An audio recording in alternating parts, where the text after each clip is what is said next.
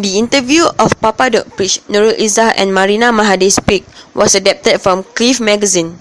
It was conducted on 8th of June 2013 at Wonder Mama near Bangsa Village, Kuala Lumpur. The original interview was published in cliffworld.com at Papa Bread section. Nevertheless, numbers of websites have adapted the interview into their own website, such as Malaysia Today and Barubian.net.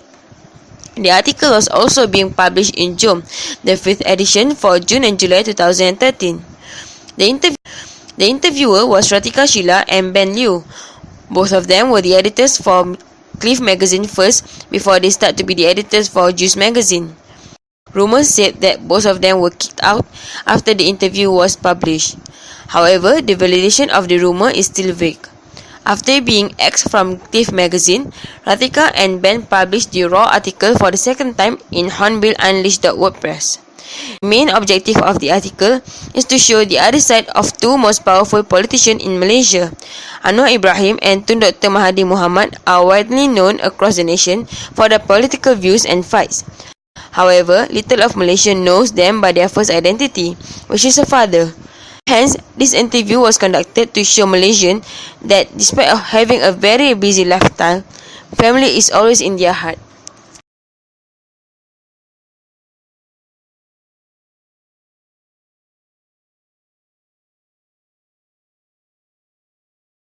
What lies behind the translation of a title? To understand the relevance of the matter, it is important to understand the relevance of the title as a part of the whole body of a text. Functions of a title. Titles carry variety of function. Richard Sawyers classify they can identify the genre of a text being whether the work belongs in the family of history, romance, autobiography, or so on. They also introduce themes which will be important for our understanding of the work. For example, the title Romeo and Juliet lets the readers know that they're confronting a love story. Within the process of language communication, titles are to improve communication and prevent misunderstanding of a text. Therefore, a translator must be alert when approaching a translation of a title because one mistranslation in 100 pages text is not an issue, but a poor translation of a single title may affect even the best of all texts. Based on the research we have done on why the source text editor named the interview Papa Don't Preach, we could relate the title of the text to the infamous singer Madonna's song entitled Papa Don't Preach. Papa Don't Preach is a song by American singer Madonna from her third studio album True Blue in 1986. The song was written by Brian Elliott with an additional lyrics by Madonna and produced by Stephen Bray and Madonna. The song tells us of a story how a girl is confessing to her father that she is pregnant and she wants to keep her baby. This song also shows the role played by a father raising his daughter up. Papa Don't Preach gives a shout out of Papa, please don't judge me or criticize me because I have made my decision. In our humble opinion, you could switch out baby with anything in this song, anything that involves a decision making. She could be singing about her rights to get a part-time job or to go to art college or to even marry someone she likes. Finally, at the end of the video, the father accepts the daughter for who she is and her decision. The legacy of the father in this story is that he gets to be the hero. This song pretty much depicts the beautiful bond between a father and a daughter, the way fathers were in the 1980s.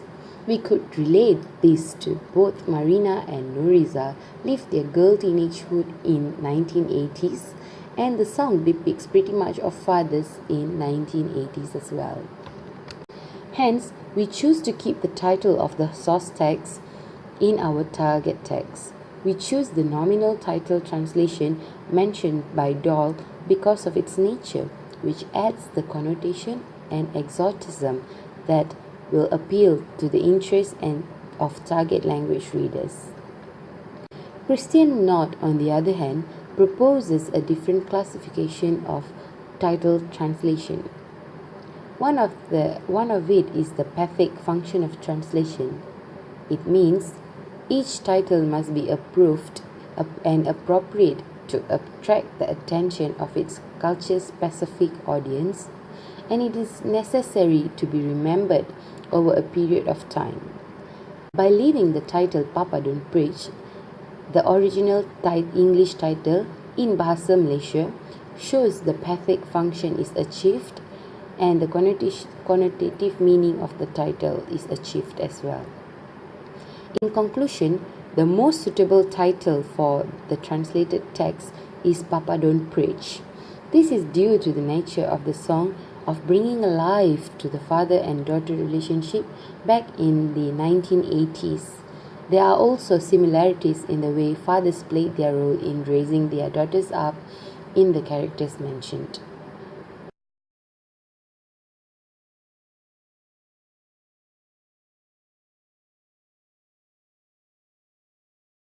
The second problem that we are facing during translation is putting the honorific or salutation in front of a person name.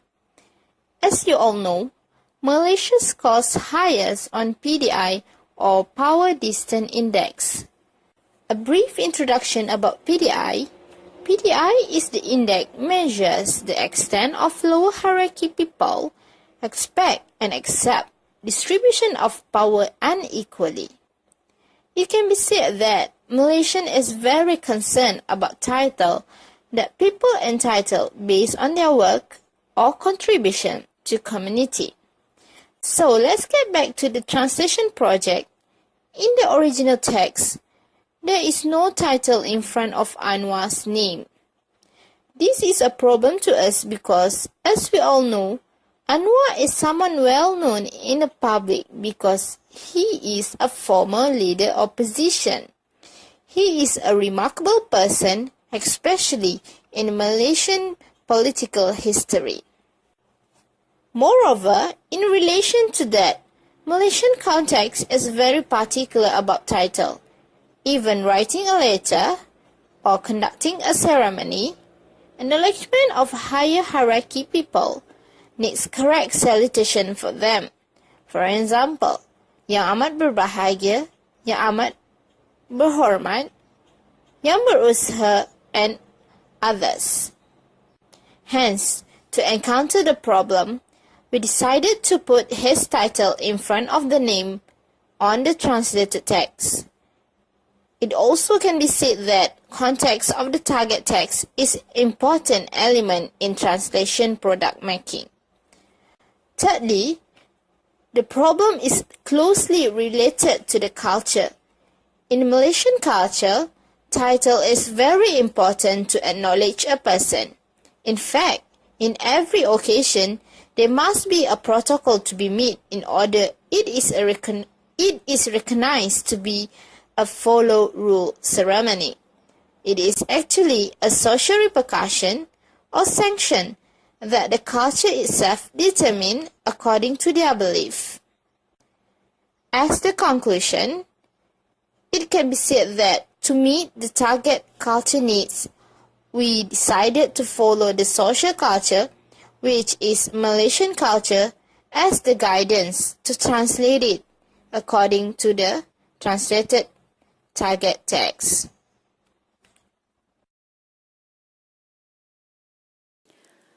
According to the text, formality of the language is one of the issues in determining how it will be translated into target language, which is Malay language. The aspects that have taken into account in formality of languages issue are tone, word choice, and also how dialogues are translated. As it is an interview kind of text, it is certainly different from any other kind of text like motivational text, short story, and also article. Our group are struggling in order to make sure that our translations appeals as natural as possible to the target language readers. We would like to convey the idea of casual, relaxing, and enjoyable when they read the translated version of the interview text as how it is in the source language, which is English. Firstly, the tone. As it is an interview which is a spoken form, not a written one, the tone must be casual and also there are a lot of emotions are inserted. There are jokes, happy moments, and also emotional answers in the interview. They are very challenging for us to translate because when they are in English, they sound fine. Yet when we translate into Malay, the tone slightly changes. It sounds more formal and does not really sound like it is an interview. It seems like it is originally a written text.